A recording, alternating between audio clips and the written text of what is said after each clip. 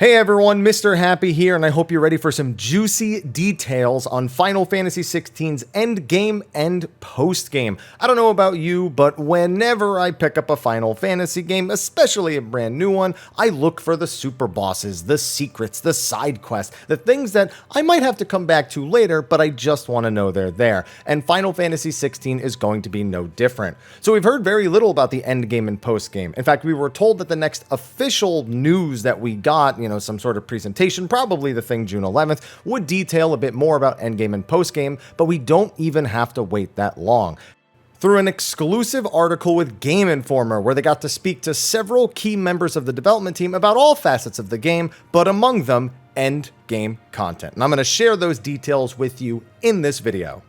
Before we get started though, two things. One, if you would like to go read the article yourself, I would personally recommend going onto your smartphone, downloading the Game Informer app, and finding it there. You can find it through the web browser, but I didn't find that as intuitive. So that is our original source. Scroll down to the endgame topic when you find the cover story in there, and that is what we are referencing here.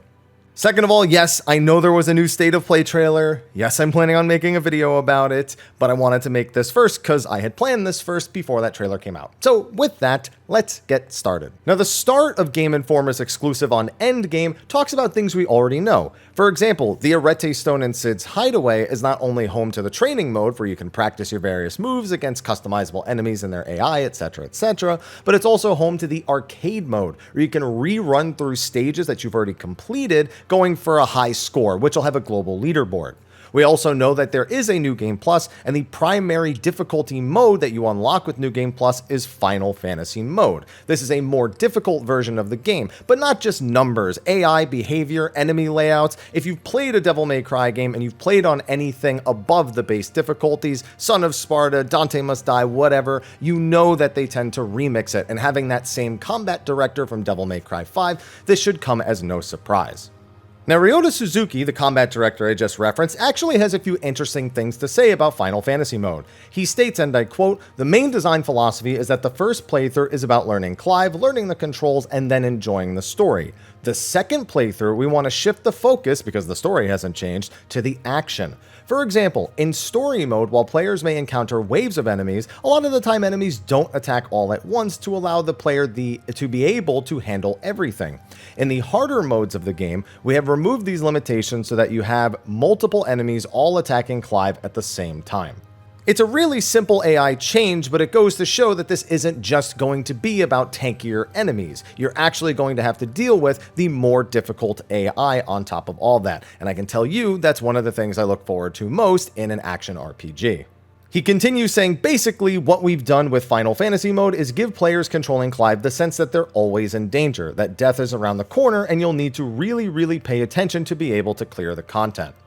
Now, it's great to get a bit more detail about this because I did state in my overall thoughts that as someone who is very versed in these games, I had some concerns over the game maybe being too easy. But again, that's just as somebody who has way too much experience in this style of game. I do suspect that the base game will actually provide an adequate difficulty for most people, and that the timely accessories are likely to be something that people lean on a little bit, and there's definitely no shame in that. But this is more up my alley. I want to know about the hardcore experience, because that is what I'm looking forward to after I enjoy the wonderful story. However, it doesn't end there, as we got a ton more details about what the post-game of Final Fantasy XVI is going to look like. Now, of course, we do know about other things, and they are mentioned in the article in other sections. For example, we know about side quests, we know about hunts, but given that those are part of the game itself, an increase in difficulty like Final Fantasy mode should make things like that harder by default. But that's not even the limit of it.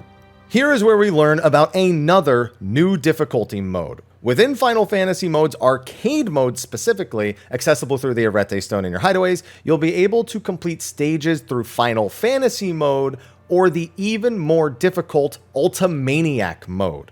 Arcade mode's global leaderboards will only be active in these two modes.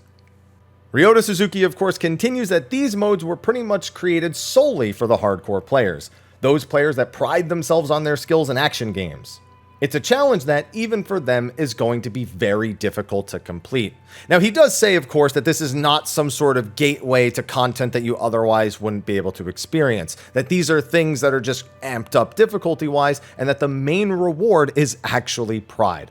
I'm okay with that. I've done plenty of things in Final Fantasy XIV that don't reward me with anything but pride, and you know what? That gives me that dopamine hit just enough. Now, through Final Fantasy mode and through New Game Plus as a whole, we learn that there's actually more ways to upgrade Clive.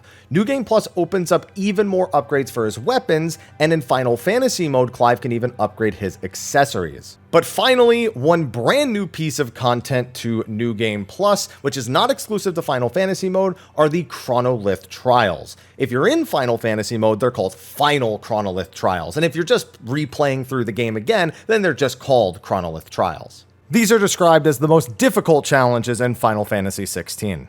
They are sets of 4 waves of enemies, all ending in some sort of boss. But also, they have limitations and themes to them that will force you to adapt to whatever tools they give you, and not just give you full customization options for Clive. So it's a test of all of the different icons and the knowledge that you have of them.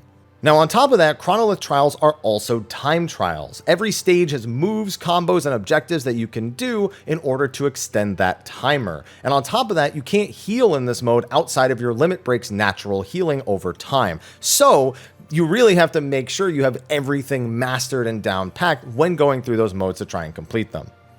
Game Informer goes on to describe each trial as based on an icon. For example, in the Phoenix Trial by Fire, you only have the Phoenix's iconic abilities, which will force you to play much differently than you would otherwise when you can customize everything. And on top of that, Chronolith Trials will have a global leaderboard, but only in Final Fantasy mode. As you play through the game, you'll find stones similar in appearance to the Arete stone, and these unlock the Chronolith Trials, giving you a little bit more reason to explore the stages and probably the field areas. Now, unfortunately, Game Informer did not get anything hands-on. They only had it described to them by the director and, of course, by the combat director, Ryota Suzuki. But that being said, it's still the exact kind of information that I have been waiting for. I've seen a million trailers about the story. I have played this game at this point. I don't need to be convinced on everything else.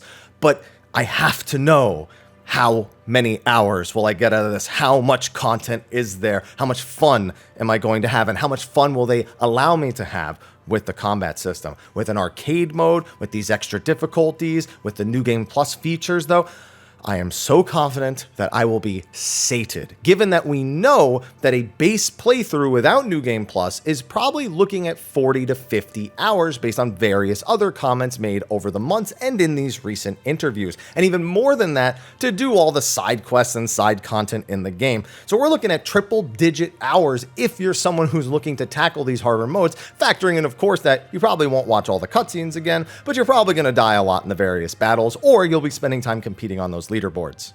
Either way, I have to say I am so pumped. I was already in love with what I got to play, but the difficulty, I wanted to know, is there going to be something that actually challenges me as someone who has a long history with the Devil May Cry franchise and a long history with Final Fantasy?